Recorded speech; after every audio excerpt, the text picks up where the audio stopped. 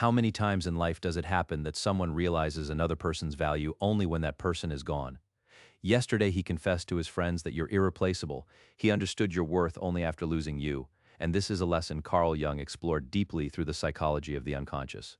If you're experiencing such a moment, if you feel that someone has finally grasped your importance when it's already too late, this message is for you. By the way, if these themes of awareness and emotional detachment resonate with you, I recommend Discovering the Art of Detachment, the book that explores how to let go of people without losing yourself, available through the link in the description. When we speak of value, we're not talking about something material or tangible that can be measured in money or possessions. A person's value, according to Jung, is rooted deeply in their capacity to complete the other, to reflect aspects of ourselves that we cannot see on our own. Every human relationship functions as a mirror. You are a mirror for those around you, and they are mirrors for you. But the problem is that we often don't see clearly what the mirror shows us until it's too late. And Carl Jung devoted much of his research to the fundamental concept of the shadow, that part of ourselves we don't want to acknowledge, the part we deny, that we hide even from ourselves. When we're in relationship with someone, that person often represents aspects of our shadow. It might be the strength we don't recognize in ourselves, the kindness we think we don't possess, the stability we believe we lack. As long as that person is present, we take them for granted and don't recognize their value because we don't recognize the value of that part of ourselves that person represents. Yesterday, he confessed to his friends that you're irreplaceable, a word that means cannot be replaced, that is unique and has no equivalent. But why did he have to wait until losing you to understand this? The answer is that human awareness works this way. We are creatures who learn through loss, through pain, through absence. It's not a weakness of our nature, it's the deep structure of our psyche that functions according to these mechanisms. Jung wrote that awareness is born from conflict. We cannot become aware of something that isn't challenged, that isn't threatened, that isn't taken from us. When someone is always present in our life, we take them for granted exactly like the air we breathe. We don't think about air until we lack oxygen, and we don't think about a person's value until that person leaves our existence. But there's an even deeper aspect to this confession that deserves our attention. When he says you're irreplaceable, he's recognizing something fundamental about the nature of human relationship. He's saying it's not just a matter of function or utility in the material sense. He's not saying you're useful, convenient, or advantageous for his life.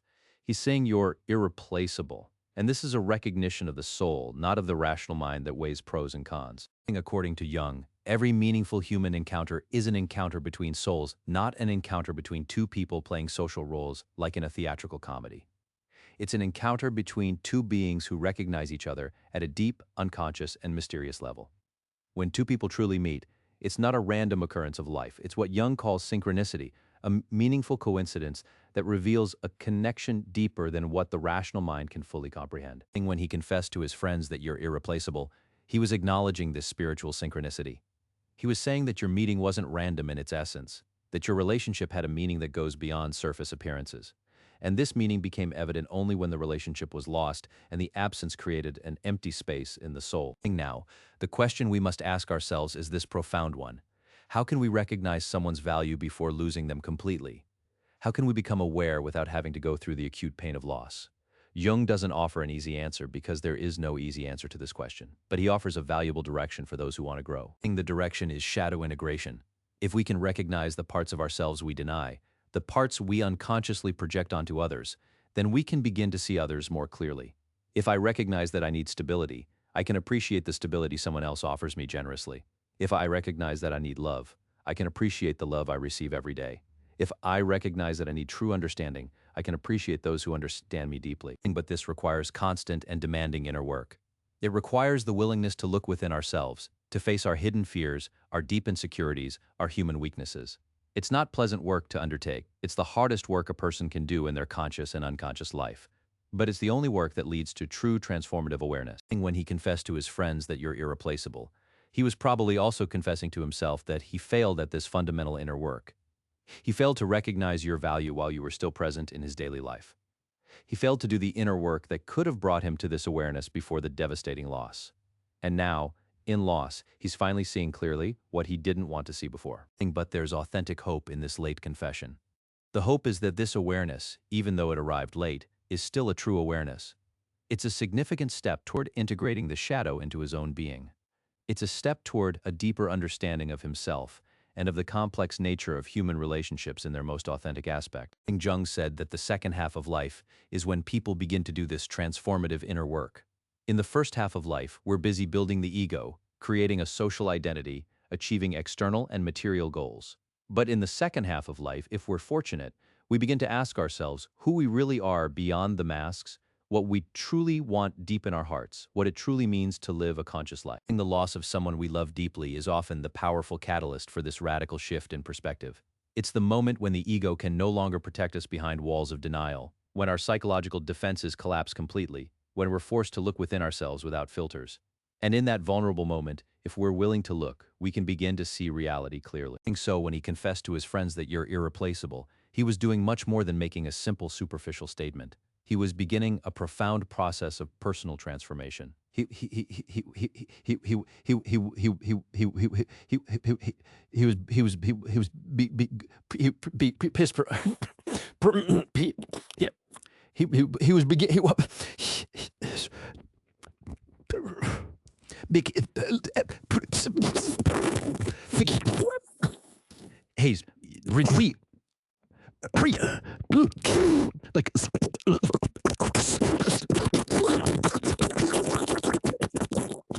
like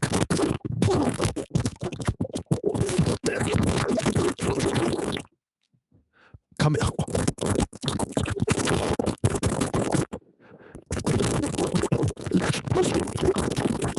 yeah.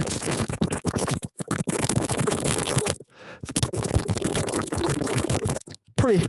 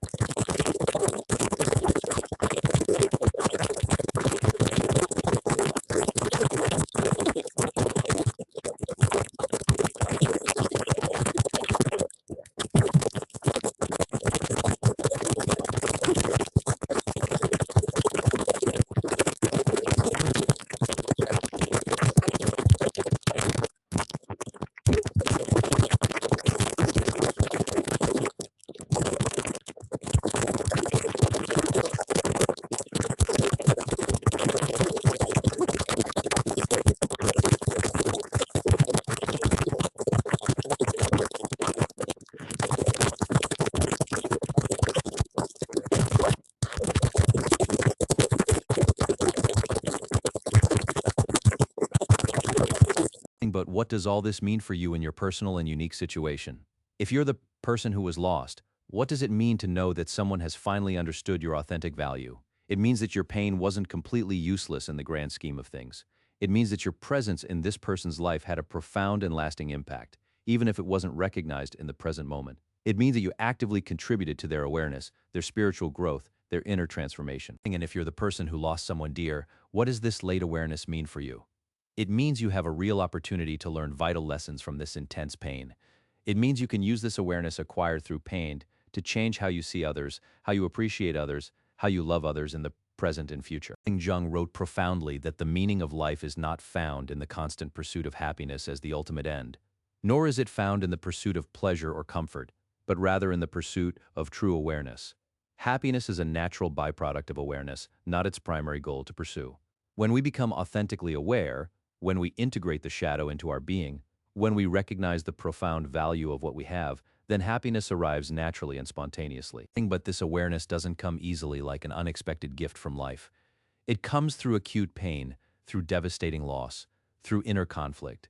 It comes when we're willing to look within ourselves and see what we absolutely don't want to see.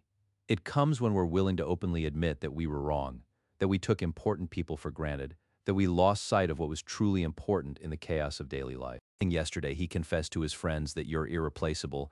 He understood your value only after losing you completely. This is the difficult cycle of human awareness that repeats through generations.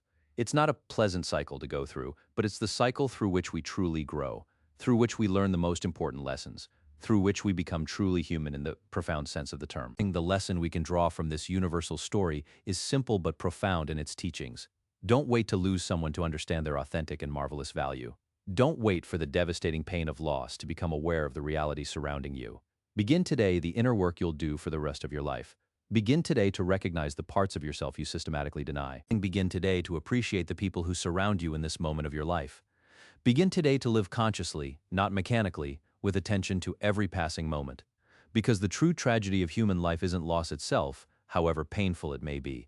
The true tragedy is living an entire life without becoming fully aware, without recognizing the value of what we have, without appreciating the people who love us unconditionally. The true tragedy is arriving at the end of life and realizing we took for granted everything that was truly important.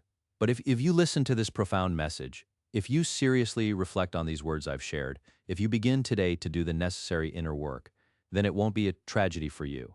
It will be a positive and lasting transformation of your entire existence. It will be an extraordinary opportunity to become fully aware, to integrate the shadow into your being, to recognize the authentic value of what you possess in your life. It will be an opportunity to love more deeply and authentically, to live more consciously in every moment, to fully appreciate the miracle of being alive and having people who love you in your life. This is the profound message of Carl Jung I want you to completely understand. This is the message of the psychology of the unconscious that transforms life. This is the message of human awareness that waits only to be heard. And this is the message I want to leave you today to transform your future. Don't wait to lose someone to understand their inestimable value. And begin today to live consciously, not tomorrow, not when you have more time. Begin today to recognize the profound value of what you have in your present life. Begin today to transform the pain of loss into acquired awareness. Transform loss into authentic personal and spiritual growth. Transform regret into lasting wisdom that will guide the rest of your days. Because life is short, time is precious, the people we love are irreplaceable in the true sense of the word. And the only thing we can do is recognize this value while we still have the concrete possibility to do so. The only thing we can do is live consciously every day, love the people around us deeply, and fully appreciate the extraordinary miracle of being alive in this moment. This is the value that should never be taken for granted by anyone. This is the value that should be recognized consciously every day. This is the value that transforms an entire life from a series of random and meaningless events into a profoundly meaningful and self-aware experience. Thank you for listening to this message to the end. If you enjoyed it and it resonated in your heart, subscribe to the channel so you don't miss other teachings on awareness and Jungian psychology. Share this video with someone who might need it at this moment in their life, and leave a comment below with your personal experience about late awareness.